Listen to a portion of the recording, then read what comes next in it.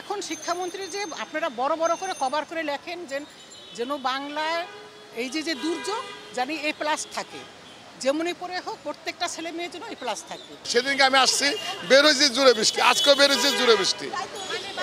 স্কুলে ঢোকা পরীক্ষা কেন্দ্রে ঢুকছে, বৃষ্টি কমে গেছে। এটা কেমন? বর্ষা সিজন, এই সিজনে কেন তারা পরীক্ষা রাখলো, যেখানে অনেকেই তো তার শিক্ষামন্ত্রীর কাছে আবেদন করছে, কেন সে মঞ্জুর করলো না? এটাই হলো মেন। কারণ এক বাচ্চা অসুস্থ হয়ে গেলে তার তো লাইফই শেষ, ইন্টার পড়তে তাদের লাইফ শুরু। তাই সেই ইন্টার একটা পরীক্ষা যদি তার খারাপ হয়, সে যে অসুস্থ হয়ে গেলে সে পরীক্ষা কীভাবে দেবে?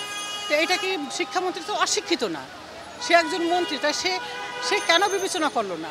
এখন শিক্ষামন্ত্রী যে আপনারা বড় বড় করে কভার করে লেখেন যেন বাংলায় এই যে দুর্যোগ জানি A+ থাকে, যেমনই পরে হোক প্রত্যেকটা ছেলে মেয়ের জন্য A+ থাকে, এই জিনিসটা কভার করেন। এখন ওই যে আপনারা বলবো বক্তব্য দেবে তো কিচ্ছু হবে না। একটা ছেলের লাইফ সরকারের কিচ্ছু আসে যায় না, কিন্তু একটা বাবা মার অনেক কিছু যায়, একটা ছেলের মেয়ের লাইফ তাদের শেষ হয়ে যায়।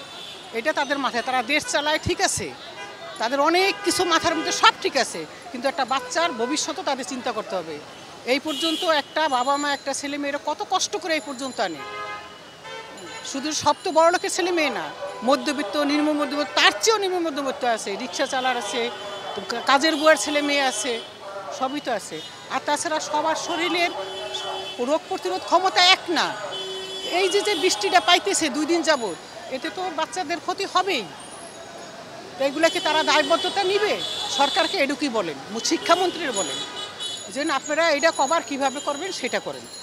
সমস্যা কি বলতে কেন, বাচ্চা তো আর সবসময় পরীক্ষা দেয়নি সামনে, মাঝখানে পরীক্ষা যে সবসময় রুল ছিল সামনে পরীক্ষা দিচ্ছে, হঠাৎ করে সেকেন্ড মানছে, তারপরে মনে করেন কড়া করে ঘাট হয়েছে, একটু ওই MCQটা একটু হার্ড হয়েছে, মানে এই আর কি ওর MCQ পরীক্ষাটা একটু খারাপ হয়েছে, কান্নাকাটি বাসা যা, তারপরে ঠান্ডা লেগে গেছে, জ্বর আইসা গেছে, এই আর কি অবস্থা। বৃষ্টিতে জ্বরে টেজমার সমস্যা আছে, এগুলি নিয়ে বাসায় যা কান্নাকাটি, আমার এই অবস্থা কেন সিটা এভাবে দিল কেন? বাচ্চা মানুষ তো, তা বুঝাইছে ঠিক আছে তোমার সমস্যা নেই, তুমি পড়ে যাও, যা পারবা তাই তো লিখবা, এখন আর কিছু করার না, যা প্ল্যান হয়েছে তাই দিতে হবে। রাস্তাতে তো অনেক পানি, তারপর আপনার রিক্সাও আসতে চায় নাই, তারপরে মা হিসাবে আপনার বাধ্য হয়ে যেভাবে হোক কিছুক্ষণ হাঁটি, রাস্তার মধ্যে অর্ধেক হাঁটি, তারপর রিক্সা নিয়ে অনেক কষ্ট করে আসছি।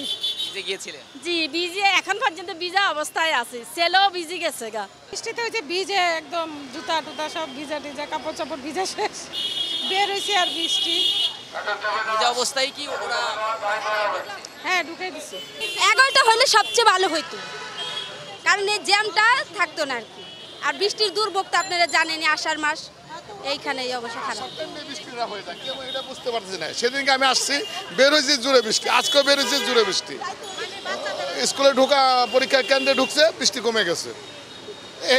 এটা কেমন?